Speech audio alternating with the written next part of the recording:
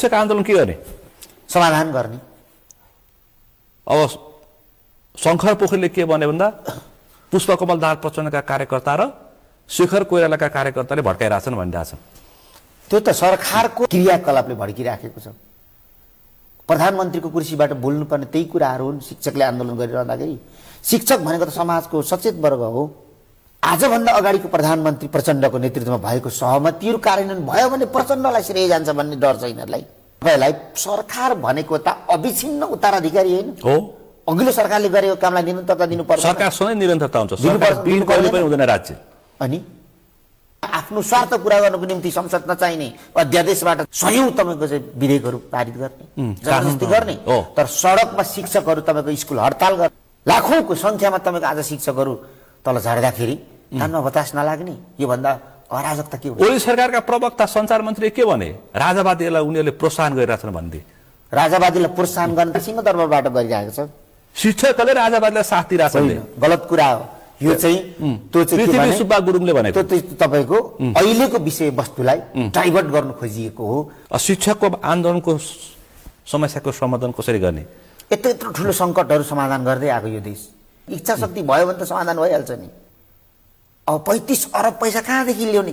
26 अरब तपाईँको चाहिँ खानको निम्ति कुलमाला निकाल्नु तयार हुने सरकार। अरबौँको चलखेल त सडक सडकमा भनेर हिँडेको छ गभर्नरको नियुक्तिमा। गभर्नरको नियुक्तिमा सरकार तपाईँको चाहिँ 46 तपाईँको 100 भन्दा बढी पिपिएमा अरबौँ तपाईँको घुस खान तयार हुने शिक्षकको लागि उसको आजीवन उसले देशको निम्ति योगदान गरेको छ। तपाईँले केपी ओलीले भनेको सुन्नु भएन?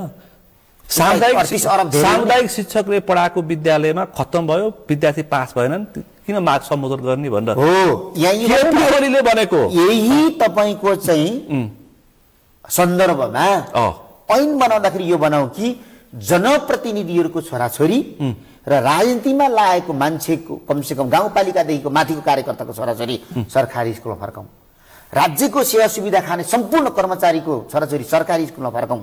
त्यही बाटो पुनरुत्थान हुनेछ नेपाली शिक्षाको।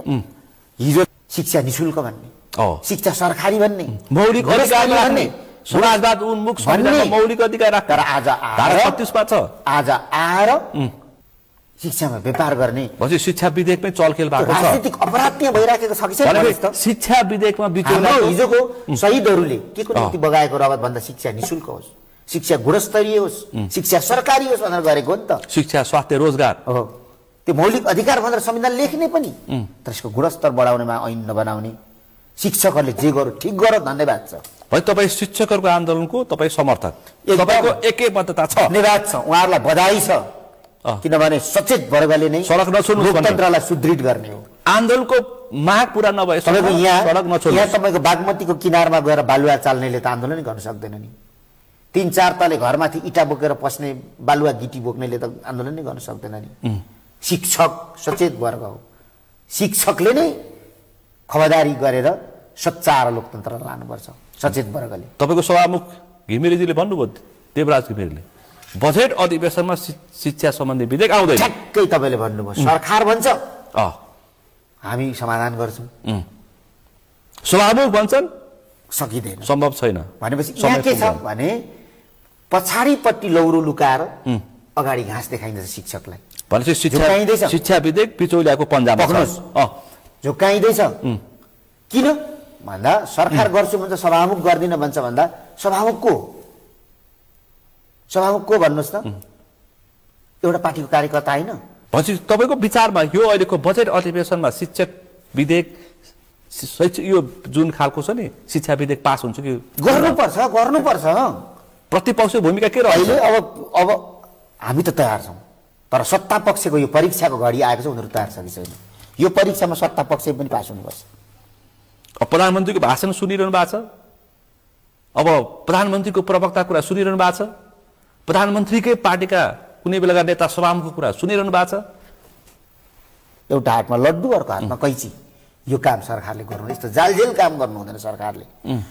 शिक्षा मन्त्रीले होइन भिडियो अडियोबाट तपाईँको सन्देश दिने होइन, क्याबिनेटबाट निर्णय गरेर शिक्षकहरूलाई विश्वास दिलाएर स्कुल फर्काउँ। शिक्षकहरू पनि शिक्षा मन्त्रीसँग बातै नगर्ने रे, किन गर्नु पर्छ? सिधै केपी ओलीसँग हैसियत बगैर किन गर्नु पर्यो त? हैसियतै छैन, खोइ त देखिएन नि त।